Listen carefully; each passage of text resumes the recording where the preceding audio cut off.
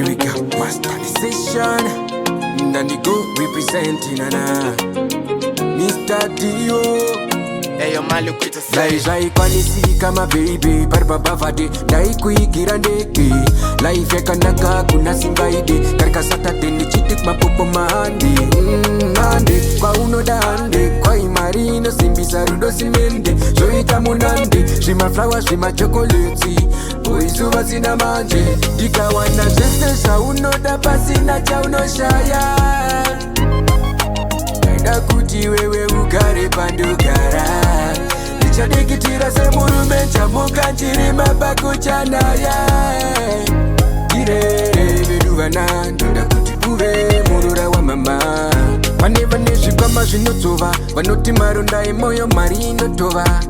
Shamwari dzako dzineka kushora saka ndinokuna zvisinyore kuti ndinzi ndakutora kufanana nekumora uchimumukoko nemaoko uchimumukoko nemaoko zvizonzi ndakurora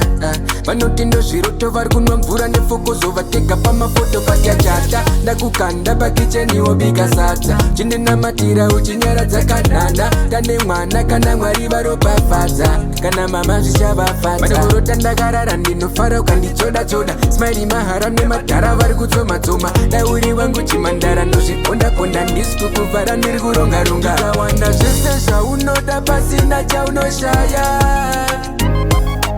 Naida kuti wewe ugare pandugara Nichadikitira se murume chamuka nchirima pakuchanaya Jirere veduvana ndoda kuti uve murura wa mama Dai zvaikwanisi kama baby Barbaba vade Dai kuigira ndeke Life yakanaka kuna simbaide Karika Saturday ni chitik mapopo mahandi Nande kwa unoda hande Kwa imarino simbisa rudo simende Zoita munande Zvima flowers zvima chocolate Uizuwa sina manje Ikawana zvese zvaunoda pasina chaunoshaya